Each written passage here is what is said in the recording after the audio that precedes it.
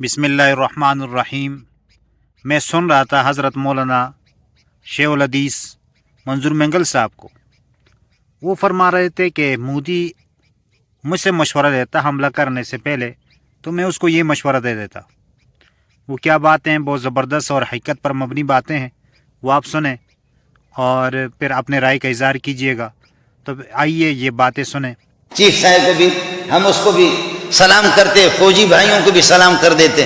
और मोदी साहब से मेरी गुजारिश होगी कि बदबख्त तू मुझसे अगर मालूम कर लेता तो मैं आपको बताता कि तू क्या करेगा इनके साथ। जो तेरा माबूद है, जो गाय इसको काट काट करके खाने वाले, ये वो लोग हैं कि गाय पर बैल चढ़ाने वाले तुम्हारे माबूद पर, इनके साथ तुम क्या करोगे। ऐसे बदबख्त किस्म के लोग हैं, ये बहुत सख्त जान है, ये सख्त जान है, सख्त अकीद है।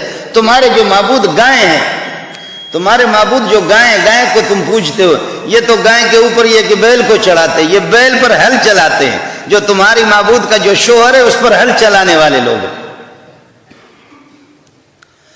बैल पर हल चलाते जो तुम्हारे माबूद का ये कि। अच्छा, इससे बड़ी बेवकूफ़ी क्या है कि गाय को अपना माबूद समझे। माबूद की हालत जब उस पर बैल चढ़ा हुआ तो बड़ा देख लो, देखने क्या होता। तुम्हारे माबूद का हाल, ये तुम्हारे माबूद को ज़बह करके खाने वाले लोग हैं।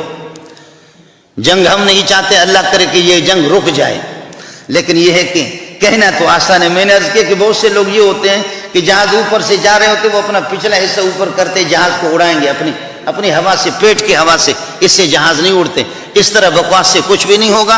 अल्लाह ताला उम्मत मुस्लिम की दस्तगीरी फरमाए, या अय्युहल्लज़ीना आमनू, ईमान वालो, ईमान और नजरिए की बुनियाद पर जंगें जीती जाती है। ईमान और तुम्हारा कोई नजरिया ही नहीं है।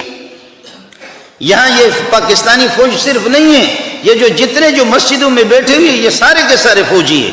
बल्कि अगर फौजी महसूस न करे ईमान से, उनके सीने में भी ईमान होगा, जज्बे मुल्क का दिफा होगा। लेकिन खुदा की कसम, फौजियों से बढ़ कर के भी इस उम्मत में, इन नमाजियों में, इन फकीरों में उनसे बड़े फौजी मौजूद हैं, एक से एक मौजूद हैं।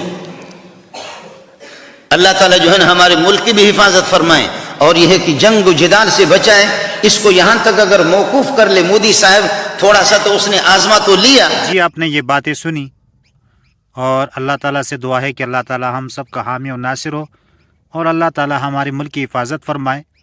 और अल्लाह ताला जो दुश्मन है, अल्लाह ताला उनको कहीं और मसरूफ़ रखे, ताकि वो हमारे मुल्क की तरफ गलत नज़र से ना देख सके। आमीन सुम्मा आमीन या रब्बल आलमीन।